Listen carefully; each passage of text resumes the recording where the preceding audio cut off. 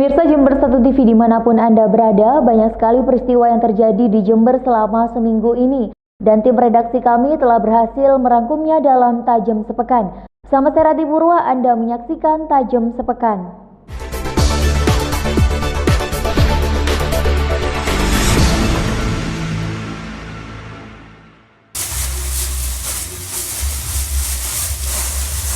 Setelah menabung selama 40 tahun, Badran, bapak dari 5 orang anak, warga Jenggawah yang sehari-hari sebagai tukang becak, akhirnya bisa mewujudkan mimpinya untuk pergi haji. Badran mengaku menabung sejak tahun 1978 lalu dengan menyisihkan uang Rp5.000 untuk ditabung. Berkat ketekunannya, bapak 5 orang anak ini dapat mendaftar haji pada tahun 2010 lalu. Setelah menunggu sekian tahun, akhirnya Badran dapat berangkat haji tahun ini yang tergabung dalam kloter 28. Di kantor. Bapak sehari-hari kerja apa ini, Pak? Kalau saya serabutan, yang menetap itu saya kerjanya beca. Tapi waktu kosong kerja saya, waktu sepi kerja di waringan. Dalam satu hari menyisihkan uang berapa itu kalau habis beca? Kira-kira saya itu selebihnya dibeli beras itu sekitar 5.000, 10.000 gitu tiap harinya saya. Selebihnya buat belanja. Ya. Bapak, ini menabung sejak kapan? Punya minat mulai 78 saya. Tapi keinginan saya itu mau berangkat haji. Akhirnya saya menabung dikit-dikit. Bapak, ini kan berangkat ya? Iya. Ini sejak tahun berapa Bapak daftar? 2010 awal saya daftar. Saya menerima panggilan dari kantor Depak itu saya tidak menyangka saya tahun 17 ini saya tidak menyangka. Akhirnya saya diberi undangan, saya akhirnya gembira. Saya menangis, saya itu bahagia. Dari Jenggawah, Bambang Sugiarto, Jember 1 TV melaporkan.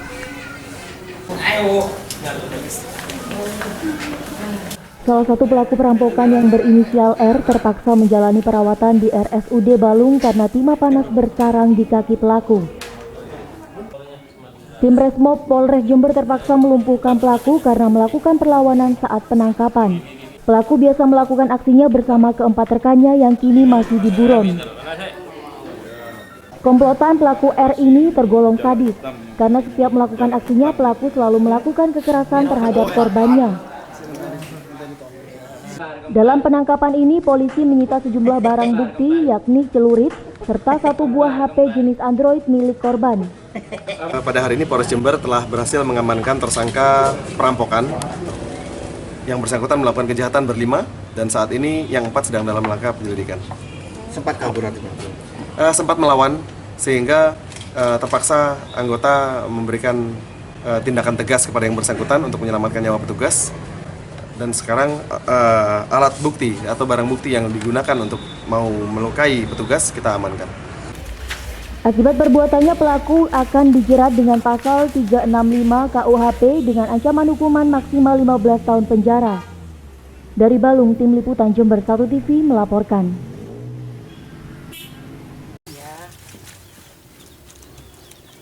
Dinas Sosial Kabupaten Jember membebaskan korban pasung secara massal sebanyak 11 orang. Salah satunya di wilayah Kecamatan Ambulu sebanyak 2 warga yang dipasung atas nama Supri dan Agus. Usai melepaskan dari pasungan, tim kesehatan dari Puskesmas Ambulu memeriksa kesehatan korban dan memberikan obat penenang. Nantinya korban pasung ini akan dirujuk ke Rumah Sakit Jiwa Malang untuk perawatan. Dari data Dinas Sosial, sebanyak 11 korban pasung asal Jember yang akan dirawat di Rumah Sakit Jiwa Raji Mamiljo di Ningrat, Lawang, Malang. Alhamdulillah pada hari ini Kabupaten Jember, kami dari TPKJM, Dinas Sosial dan Dinas Kesehatan bisa melepas secara massal hari ini 11 pasien pasung bisa kita lepas pada hari ini. Langsung kita rujuk ke Rumah Sakit Jiwa Lawang. Alhamdulillah itu kita merupakan dukungan dan menyukseskan dari program Bupati Jember, Bu Faida, bahwasanya 2017 Jember Zero Pasung. Dari Ambulu, Bambang Sugiarto, Jember 1 TV melaporkan. yang akan dibantu oleh saudari Vivi Nuril Amalia. Maraknya kasus investasi bodong atau fiktif tentu tidak terlepas dari rendahnya literasi keuangan atau pemahaman masyarakat tentang pengelolaan keuangan yang baik dan benar melalui pemanfaatan jasa lembaga keuangan yang tersedia. Di wilayah tapal kuda yaitu Kabupaten Jember, Banyuwangi, Situbondo dan Bondowoso serta Lumajang, angka literasi keuangan masyarakat ternyata sangat rendah yaitu sekitar 26% saja. Sedangkan inklusi keuangan masyarakat mencapai 84% atau lebih tinggi dari rata-rata nasional. Oleh karena itu, Kepala Otoritas Jasa Keuangan atau OJK Jember Mulyadi, beliau menyarankan kepada masyarakat untuk segera berkonsultasi terlebih dahulu agar tidak menjadi korban praktek investasi bodong. Pertama, inklusinya sekitar 84%, kemudian literasinya, tapi ini literasinya baru sekitar 26%. Artinya bahwa yang akses keuangan itu cukup tinggi, tapi yang mengerti bagaimana mengelola keuangan itu baru 26%. Dan ini mohon maaf, ini agak rawan terhadap investasi bodong tadi itu. Dari Jember, DKAJ Jember 1 TV melaporkan. Kondisi di area Taman Desa Balung Kidul, Kecamatan Balung sangat tidak sedap dipandang karena banyaknya tumpukan sampah di atas tanah milik pengairan pengamat Wuluhan. Tumpukan sampah ini berasal dari sampah yang dibuang oleh warga sekitar.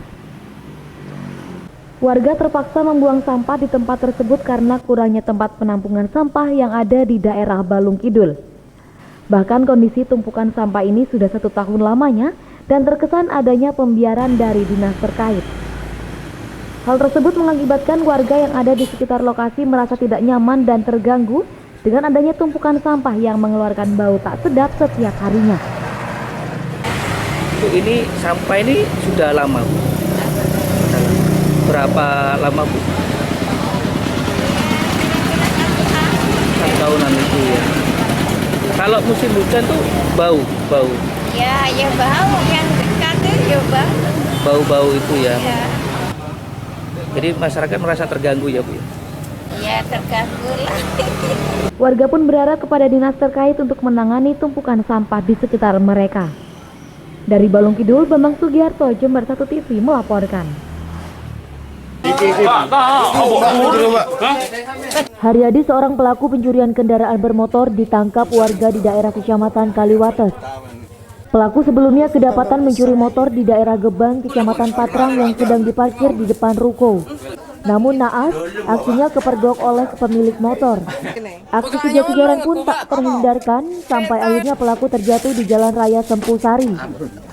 Pelaku sempat menjadi sasaran amukan warga sekitar, namun beruntung polisi yang datang ke lokasi dapat mengamankan pelaku. Tadi tinggal di depan kerjaan, terus ada yang bilang buru ngambil sepeda. Ada yang kenal sama saya kan, itu ngambil sepedaku, terus tak kejar. Nyampe di di puskesmas, aku balik kan nggak ketemu, terus papasan itu tak kejar balik, terus masuk ke sini ketemu di pering-peringan situ, langsung banter. Di belokan situ langsung jatuh. Jadi ini ya udah bawa sepedanya sama ini. Akibat perbuatannya, pelaku kini diamankan di Mapolsek Kaliwates dengan barang bukti 1 unit sepeda motor hasil curian. Dari Kaliwates, Bambang Sugiarto, Jember 1 TV melaporkan. Kampung termasuk guru ngaji. Dengan pelatihan yang baik, nantinya pesantren akan menghasilkan produk yang menjual dan berkualitas. Tak hanya menghasilkan SDM saja, namun juga produk-produk yang layak jual dan bersaing di pasaran. Sehingga dengan membangun dan membingkai lingkungan pondok ini diharapkan mampu menghidupi pondok pesantren serta meninggalkan identitas pesantren yang konvensional. Pelatihan ini nantinya akan meliputi usaha produk, perdagangan, serta pertanian. Untuk itu, Rumah Rakyat berharap dukungan dari berbagai pihak, khususnya pemerintah Kabupaten Jember, agar program ini didukung dan disupport, yang tak lain tujuannya untuk mensejahterakan pondok pesantren. Pesantren kita juga bekerjasama meningkatkan kualitas ya, SDM dan budaya di pesantren. dan meningkatkan ekonomi pesantren. Dengan cara apa? Mungkin dengan cara yang pernah kita berikan pada pesantren pencernaan dan program pusat nanti. Kita dapat dari presiden juga, karena presiden adalah pemegang kekuasaan dalam pemerintah. Kita laporkan pada presiden, ini loh sebenarnya sekarang ini ditunggu oleh rakyat dan ditunggu oleh pesantren. Bukan pesantren itu selalu mengadakan tangannya, tapi memberikan pada rakyat dan menciptakan suatu suasana yang baik. Dari Kaliwates Jember, Yudis Adi, Jember 1 TV melaporkan. Baik saudara, kita akan melihat sekali lagi dalam Jember Fashion Carnival yang tahun ini memasuki tahun ke-16 kembali digelar di Jember, kota karnaval fashion dunia. JFC kali ini mengusung tema Victory yang berisi tema unik yang mempresentasikan perjalanan JFC dalam meraih prestasi di level dunia dalam kategori nasional kostum, yakni Sriwijaya Empire, Bali, King of Papua, Mystical Toraja, Single Crown Lampung, Borneo, Chronicle of Borobudur, Wonderful of Betani, dan Unity in Diversity. Tema itu dibungkus dalam kemasan busana yang diperagakan para talent dengan menyusuri catwalk sepanjang 3,6 km yang dimulai dari Jalan Sudarman, Jalan Raya Sultan Agung hingga Jalan Gajah Mada Jember. Para talent ini terdiri dari anak-anak, remaja, dan umum yang dibedakan dengan kategori Show Kids Carnival, Adwear, Waci, dan Grand Carnival sebagai acara pamungkas. Menurut Dinan Faris, Presiden JFC, tema kemenangan ini merupakan manifestasi prestasi JFC dalam kancah dunia. Tema JFC 2017 adalah Victory. Victory adalah satu kemenangan di Fashion Carnival untuk prestasi-prestasi tingkat dunia. Kemenangan JFC adalah sekaligus kemenangan Indonesia. Itu yang membedakan tema-tema JFC yang tahun. Dari alun-alun Jember, Yudis Adi, Jember 1 TV melaporkan.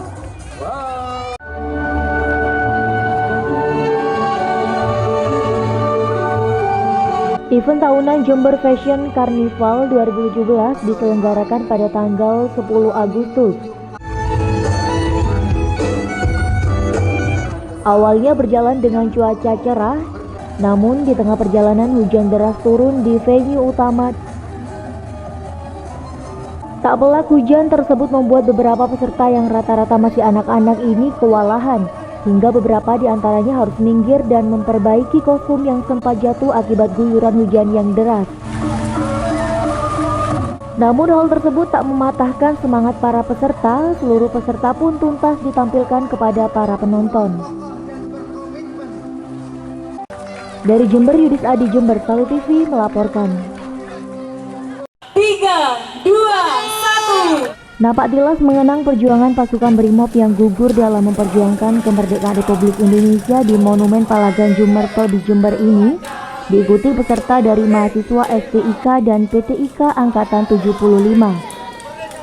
Sebanyak 87 peserta mengawali kegiatan ini dengan berjalan kaki sekitar kurang lebih 8 km, diawali dari lapangan Kecamatan Sukorambi dan finish di lokasi Monumen Palagan Jumerto, Kecamatan Patrang.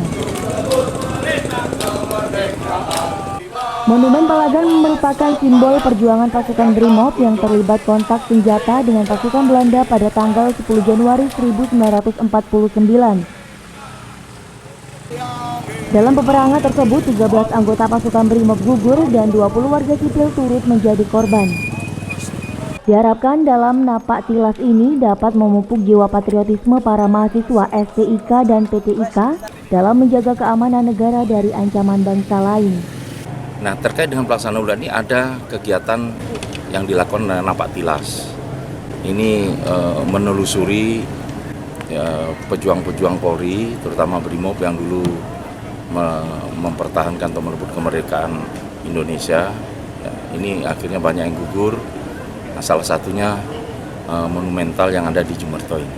Itulah kegiatan-kegiatan yang bersifat kejuangan supaya memberikan motivasi kepada para mahasiswa PTIK. Dalam napak tilas ini, Kepolisian Republik Indonesia memberikan tali asih kepada keluarga pejuang kemerdekaan. Dari Jumerto, Yudis Adi, Jember 1 TV melaporkan.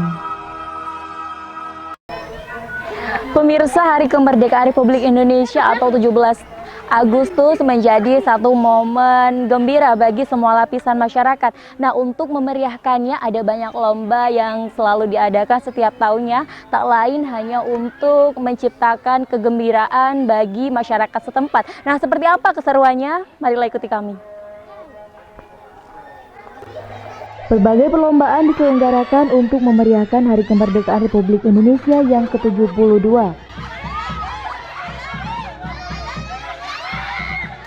Seperti di Kelurahan Tegal Besar ini, untuk memeriahkan Hari Kemerdekaan menggelar berbagai macam perlombaan. Di antaranya lomba sunggi tampah yang diikuti oleh kaum pria dengan mengenakan pakaian wanita dengan berlari membawa tampah di atas kepala.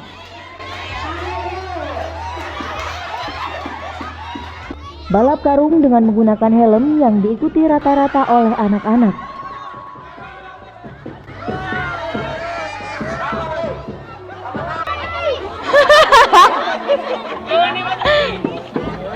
Nah, ini dia pemirsa, salah satu lomba yang masih populer di kalangan masyarakat. Nah, balap karung ini biasanya tidak memakai helm, namun dengan kreativitas masyarakat setempat membuat permainan ini menjadi semakin seru. Tak mau kalah, para ibu-ibu rumah tangga dan remaja putri pun ikut berpartisipasi dalam serangkaian perlombaan tersebut.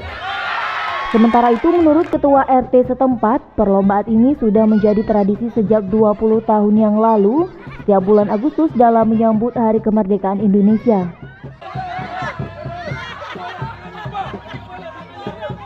Pak, ini lomba-lomba ini digelar setiap tahun apa memang ini baru? Setiap tahun. Ini kita adakan setiap tahun. Ya. Sudah berjalan berapa lama, Bapak? Sejak kami mengadakan ada di RW kurang lebih RT kurang lebih 20 tahun. 20 tahun. Yeah. Nah, untuk ide-ide lombanya ini dari pemuda-pemudanya, Bapak? Panitianya para pemuda. Ya, bahkan menyangkut masyarakat yang pesertanya. Semua lapisan bisa ikut ya, Bapak? Kenapa? Semua lapisan bisa ikut dari anak kecil ibu-ibu. Iya, dari anak kecil termasuk PAUD ya, sampai remaja bahkan dewasa, termasuk rumah tangga, ibu-ibu, bapak-bapak ada yang itu. Demikian pemirsa keseruan lomba Agustusan pada hari ini dari Gumuk Bagu Kelurahan Tegal Besar. Saya Rati Purwa dan Trias Faradila melaporkan.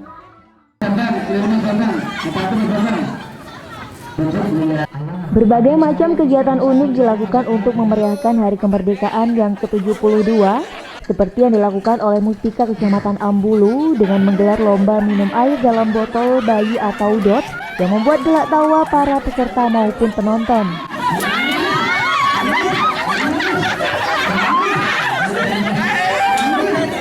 Lomba minum air dalam botol bayi ini diikuti sejumlah kader ibu-ibu PKK dan kepala desa Kecamatan Ambulu. Mereka semua nampak semangat dan berjuang untuk menghabiskan air dalam botol tersebut dengan cara disedot. Alhamdulillah nih untuk memeriahkan HUT RI yang ke-72. Ini secara partisipasi kami ikut dalam kegiatan ini. Kesulitannya kami ya karena pertama lubangnya terlalu kecil, disedot sampai tempat itu nggak bisa keluar. Menurut Camat Ambulu, kegiatan ini dalam rangka menyambut peringatan Hari Ulang Tahun Republik Indonesia yang ke-72 tahun dan untuk menjalin tali silaturahmi di jajarannya.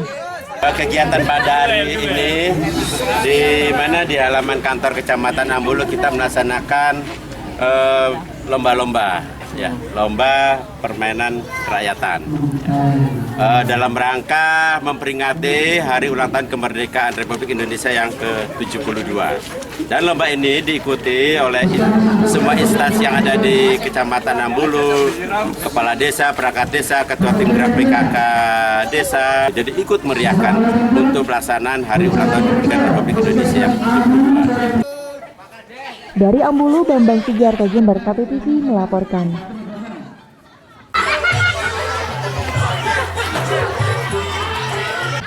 Meski harus menggunakan jalan umum beraspal keras, ratusan anak-anak di Dusun Gudang Karang, Rambi Puji ini tak patah semangat memainkan permainan engklek. Permainan engklek ini dilakukan secara bergantian. Para peserta akan berurutan untuk bermain. Oke, awas. Pemain pertama harus melemparkan pecahan genting atau gaco ke kotak yang sudah tersedia. Setelah itu harus melompat ke semua kotak secara berurutan dengan menggunakan satu kaki. Sedangkan kaki yang lain harus diangkat, tidak boleh turun menyentuh tanah dan dilarang untuk menginjak garis pembatas. Kotak yang terdapat gaco milik pemain tersebut tidak boleh diinjak dan harus dilewati. Yang tercepat melewati banyak kotak, disitulah pemenangnya. Apa namanya ini? Permainan engklek. Yang kalau yang ini engklek helikopter, kalau untuk semifinalnya nanti engklek gunung. Oh, ini teknisnya kayak apa ini? Jadi pemain kan harus memegang tambunya, dilemparkan ke satu kotak, lalu nanti kalau satu kotaknya itu miliknya dia nggak boleh diinjak. Jadi harus ke kotak berikutnya. Ini kenapa ini adik-adik di sini menggelar lagi seperti ini? Karena kita mau membangkitkan kenangan masa lalu kita. Jarang anak-anak kan biasanya mainnya gadget kayak handphone gitu. Sekarang kan jarang banget untuk main engklek gunung seperti ini. Dari Rambi Puji, Yudis Ade, Jember 1 TV melaporkan. Pemirsa, batik merupakan ciri khas dari negara kita Indonesia, yang mana semakin lama sudah semakin berkembang dan telah mendunia, dan itu sudah diproduksi dari berbagai kota di seluruh Indonesia, bahkan di daerah-daerah. Salah satunya di Kabupaten Jember, di daerah Tegalwaru, Kecamatan Mayang, telah ada salah satu home industri batik yang bernama Gria Batik Barata. Untuk tahu lebih selengkapnya, ikuti perjalanan saya. Batik merupakan salah satu ciri khas yang dimiliki negara Indonesia. Dengan berbagai motif di dalamnya membuat batik sangat digemari oleh berbagai kalangan, baik muda maupun tua. Salah satunya batik motif tembakau khas Jember ini.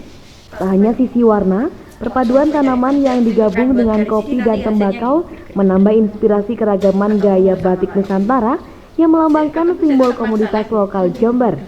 Seiring berkembangnya zaman, Gria Batik Barata ini sedikit demi sedikit mulai memunculkan motif-motif baru untuk menarik minat para pecinta batik dan bahkan kini dipasarkan hingga keluar Pulau Jawa. Tapi kan mulai dingin. Dan pemirsa, di sebelah saya sudah ada pemilik Gria Batik Barata, Ibu Wulan. Halo Ibu. Ini udah berapa lama sih menekuni dunia batik sendiri? Kalau untuk terjun di dunia batiknya sudah hampir 2 tahun, Mbak. Sudah hampir 2 Tepatnya tanggal 7 Agustus. Oh gitu, 2015. 2015 mulai saya mendirikan. Mbak Wulan sendiri, batik-batik yang diproduksi di Gria Batik Barata, motifnya apa aja sih Mbak? Kalau motifnya kayak sebenarnya kalau yang paling utama itu adalah ikonnya Jember, yaitu daun tembakau, kemudian kopi, kakao, buah naga.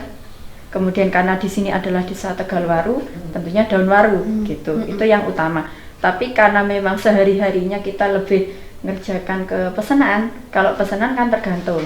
Apalagi dengan adanya internet, dengan adanya blogger, Instagram, kita banyak luar kota. Mereka tidak melulu pesan satu motif tembakau. aja. Mereka ya tergantung mereka minta apa. Nah, terus motif yang paling laris, yang paling sering dikerjakan? Tembakau. Meskipun orang Bekasi, Jakarta mintanya itu Jember, ya? Karena memang setiap kali misalkan Kak diwarnai di luar itu kan langsung kita foto, kita upload. Nah, kebanyakan orang-orang luar kota, Mbak aku mau ini. Oh iya, tunggu sebentar karena proses belum selesai. Jadi selesai langsung kita kirim. Nah, untuk masalah harga nih Mbak, sekitar berapa sih Mbak? Kalau untuk batik tulis sendiri paling murah 125.000. Itu untuk ukuran berapa? Ukuran 2 meter. 2 meter kali 1,15. 120 size. 125 harganya. Kalau untuk lebarnya 1,15, untuk panjangnya 2 meter. Terus kalau paling mahal untuk saat ini saya jual paling mahal harga yang 200, Mbak. Ini kan udah banyak motifnya yang Mbak Wulan buat. Ini untuk pemasarannya sendiri sampai kemana aja kalau boleh tahu? Kalau untuk pemasarannya sendiri, kalau yang hari-hari biasa ya sering keluar kota, Mbak. Misalkan ke Sumatera, ke Kalimantan, ke Batam, kemudian daerah barat itu Jakarta, Bekasi. Ya wis Sudah banyak semua, iya. Okay. Sudah kemana-mana Mbak, nggak bisa disebutkan satu-satu. Oke Mbak, makasih ya Mbak ya. Nah pemirsa, itu tadi obrolan saya dengan pemilik Gria Batik Barata Mbak Ulan. Nah dari Tegalwaru, Mayang Jember, Aprilia Nurlaili, Mardika Fikri melaporkan untuk Jember 1 TV.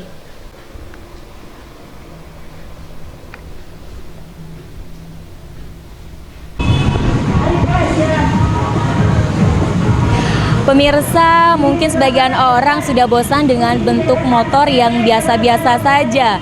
Namun dengan keahlian dan kreativitas dari tangan-tangan pemodifikator, mereka merubah bentuk motor mereka dengan bentuk yang tidak lazim atau tidak umum. Nah, seperti apa dan bagaimana bentuk dan juga keunikan dari modifikasi ini? Berikut liputannya untuk Anda. Ototu Community menggelar lomba modifikasi motor yang diselenggarakan di Desa Jubung, Kecamatan Sukorambi. Lomba kali ini terdiri dari berbagai macam kelas, seperti kategori motai, fashion daily matic, non-matic, street racing, dan retro custom. Tujuan digelar lomba modifikasi motor ini untuk mewadahi para modifikator khususnya wilayah Tapal Kuda. Tujuan kegiatan ini untuk mewadahi teman-teman modifikasi di plat P khususnya, kemudian Sekarisdenan Besuki. Kita akan mengadakan setiap 5 bulan sekali, khususnya Sekarisdenan Besuki. Kita akan keliling mulai ke Genteng Banyuwangi, kemudian ke Situbondo, ke Bondowoso, dan terakhir kita akan final ke Jember lagi. Berbagai macam motor yang telah dimodifikasi menghiasi lomba kali ini, mulai dari motor keluaran tahun 70-an hingga motor keluaran terbaru dimodifikasi oleh pemiliknya.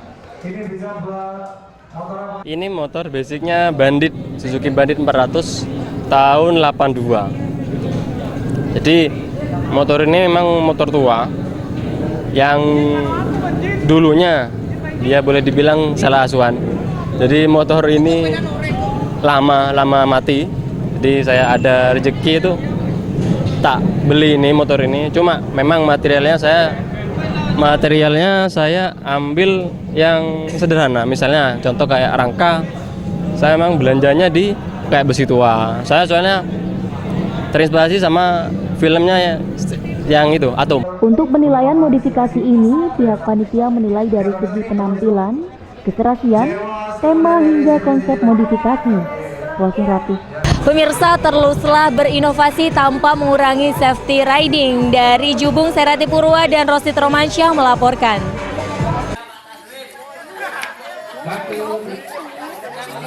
Nampak keseruan lomba memasak nasi goreng yang dilakukan bapak-bapak di perumahan Tegal Besar Permai, Kecamatan Kaliwates, dalam rangka memeriahkan Hari Ulang Tahun Republik Indonesia yang ke-72.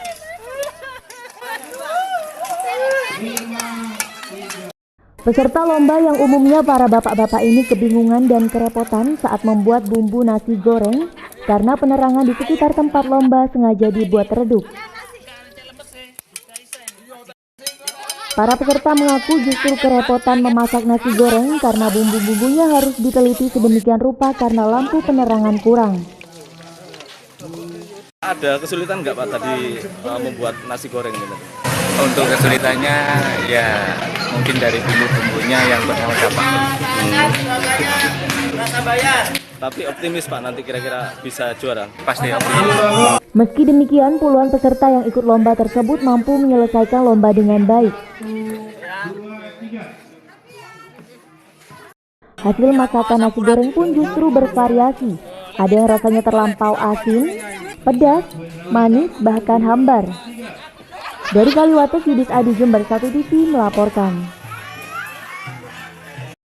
Sayang sekali pemirsa, informasi tadi sekaligus menutup jumpa kita dalam Tajam Sepekan kali ini. Anda juga dapat menyimak informasi tadi di website kami di www.jember1tv.co.id. Serati Purwa beserta kerabat kerja yang bertugas mau undur diri dari hadapan Anda. Terima kasih atas kebersamaannya, sampai jumpa dan salam 1 TV.